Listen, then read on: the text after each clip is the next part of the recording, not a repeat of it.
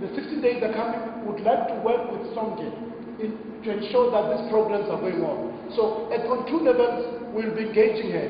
Say next week, writing letters. And this was Bafana's idea that we're going to hold it accountable and say, this is what you said publicly. Can we continue and put into practice what you said? Write letters to her, and in her capacity as the president of the Women's League, which has been very quiet in the Malema thing, very disappointing. About polygamy, I think, which is also a challenge, Sonke has not as yet had a policy discussion on it. But let me say, ladies and gentlemen, and these are my personal opinion, let me say and venture to share with you. I think, for me, the president of the country is a polygamist, open, public about it. President Zuma has got 4 wives, no, actually 3, going to get married to the 4th one. Now, there are issues of, for me, issues that we need to, even at Sonke, to talk about. What do you say to people's culture without denigrating, vilifying, condemning those cultural practices? What do you go into an organization or into people's lives like a bull in the china shop and prescribe that this is what we think is correct? I'm just saying that for me personally, it's actually not only it's not an easy discussion about polygamy, because there are issues at play. And I've cited the issue of culture. But secondly, I also want this conference to say, women who get involved in polygamous relationships, what do we say about their agency? Because I don't want to suggest, and I don't want to be condescending to women and say they go into this relationship blindfolded, and to say to them that, women that are going to this relationship are stupid, they are unintelligent. I'm talking about the women's agency, things that we also have to, am I going to patronize women? I'm just saying, ladies and gentlemen, personally, these are things that we would have to discuss and discourse about.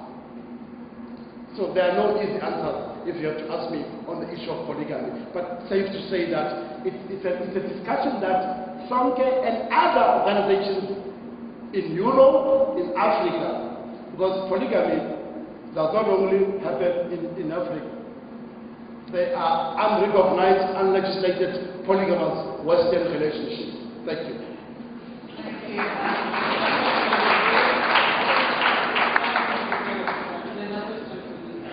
Okay. Hello. I got 2 questions.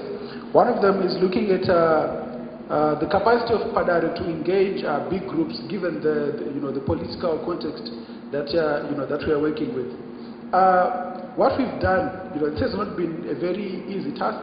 So what we've done is that instead of grouping men together, during the times when it was not safe for them to come together and congregate, because you find any grouping of men in any conflict-ridden, society is viewed as being, maybe scheming to do violence or to do, things like that. So what we've done is that we tried to then, explore other options like door-to-door visits, door-to-door distribution of materials, instead of then bringing the men together in areas where there would be easy targets, for political violence. Then the other lesson, that we made was to remain apolitical and to be cognizant that we are having in a conflict-ridden situation, and we have to know which parties are there, and just follow structures or protocols that have been put in place for organizations to do work within the country. And then in terms of resource constraint, we've tended to then conduct our activities within the community instead of passing people into hotels, into all these other expensive areas. We've done activities on site within the community, and this has cut costs to a large extent. So those will be my responses to the 2 questions from the gentleman. Thank you. We have just 2 burning questions from Iman for wrapping up. Sorry, just 2 minutes.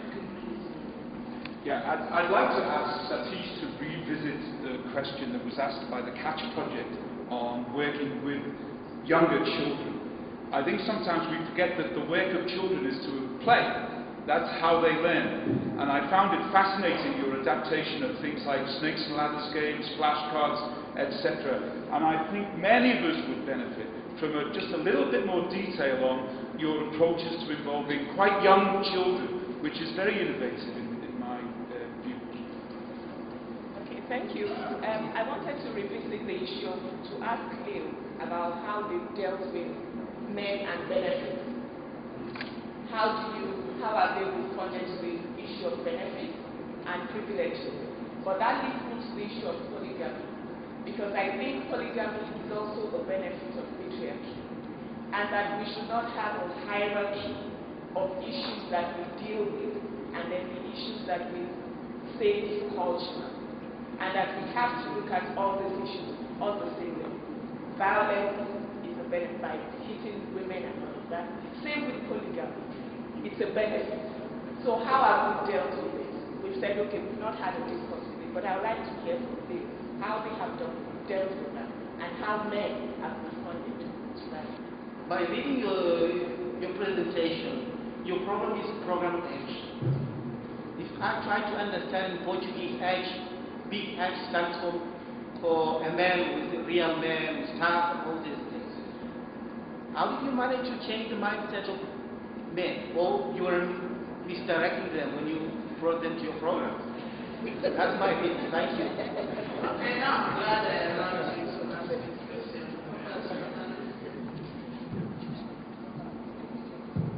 Yeah. I have some copies of material what we have developed, and just going to display at the reception, and some copy, some CDs that can be taken. Materials are also available on website. For the particular questions, this was a big challenge for us working with children on gender equality issue and gender-based violence issue.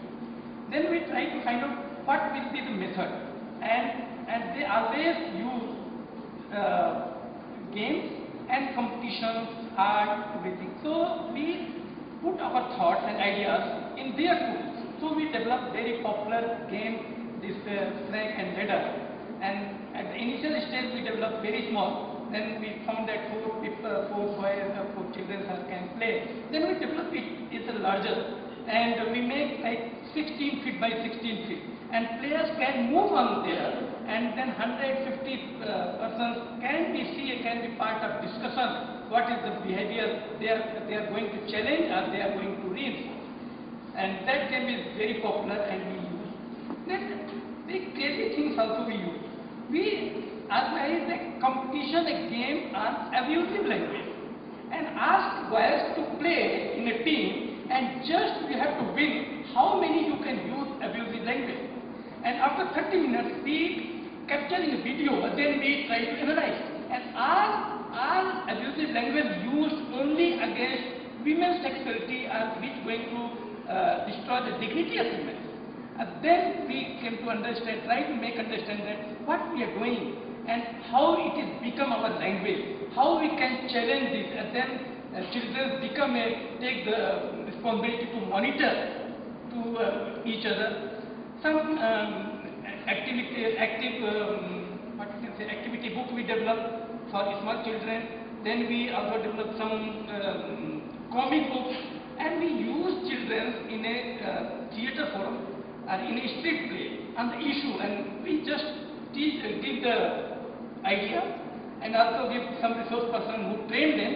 They go in community, they play this street play, and try to discuss on the issue of gender-based violence, particularly on the issue of early child marriage and dowry issue, and sexual violence against children issue. So this is going on. Thank you.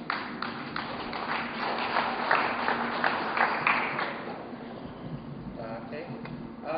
So the question about I think we're talking about the campaign, Man with a capital H. This campaign was developed several years back when we first did the intervention. I don't know if I would go with Man with a big H today, and the same thing comes up for all the other campaigns. Anytime